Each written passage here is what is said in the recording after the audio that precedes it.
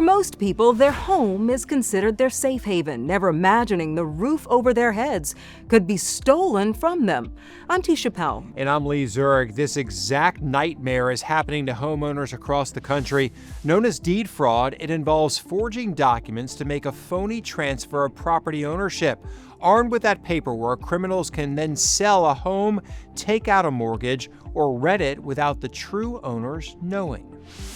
Reporter Sierra Cummings explains how the scheme works and the solutions giving more homeowners peace of mind.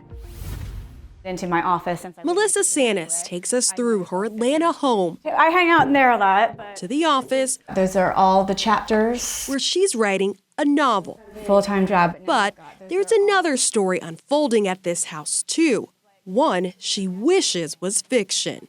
Do you know anybody by the name of Angela Spradley? No, never heard of her. Except Spradley is the so-called new owner of Melissa's house. It is absolutely shocking. A property the Sanis rebuilt from the ground up. We worked really hard to get there. Real estate transactions confirm they bought the house in 2021. Yet Angela Spradley's name is listed as the grantee in this deed transfer. It shows an LLC transfer ownership of the Sanis house to Spradley, making her the owner. A fraudulent document, according to Sanis. A document that doesn't make sense because an LLC did not own the house in the first place to even give it away to Spradley. We are trained to think that we've got to hold our purses closer to us when we're walking through a parking lot, or we know not to leave keys in our car, but you never think someone's going to actually come in and not just rob you of the things inside your home, but try to steal your actual home. The allegedly forged document filed in the Fulton County Clerk's office March 2022. Around that same time, multiple other deeds transferred Atlanta homes over to Spradley. Possible because up until 2025, Georgia had a loophole in state law. We exposed and helped close it.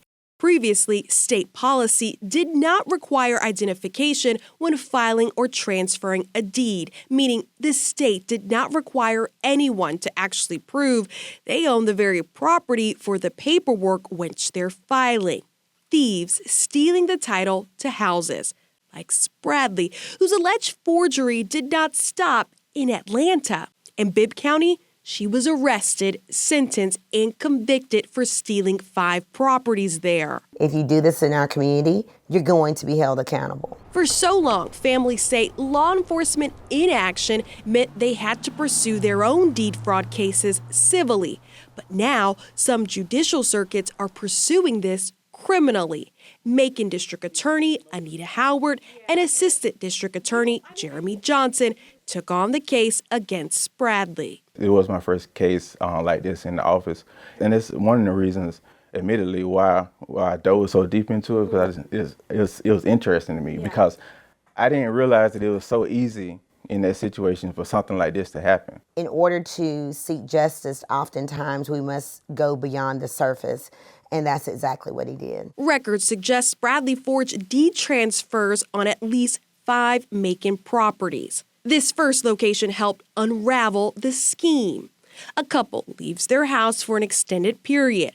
When the husband returns, he finds it like this. And so immediately, he called his wife and saying, like, hey, our house is boarded up. It look like it's about to sell. Even posted for sale on Realtor.com. When the DA's office began looking into this property, that's when they found Spradley's name on the others. She actually took the deeds into the clerk's office and filed them on the same date. So it's like a dead giveaway? Yes. That was the first, red flag. At least 3 of the properties she sold to an unsuspecting buyer for $7,500. Spradley pled guilty to theft by deception, forgery, filing false documents, making false statements, and false swearing for all 5 Macon properties. They think, well, they're not going to care about these property crimes. But that's why it's so important that as, law enforcement and prosecutors, that we pursue these crimes. Back in Atlanta, there's no criminal case against Spradley's alleged forgeries,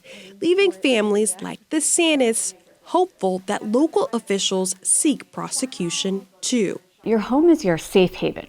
You never think someone's going to come along and try to take your actual home, the walls of your home, away from you.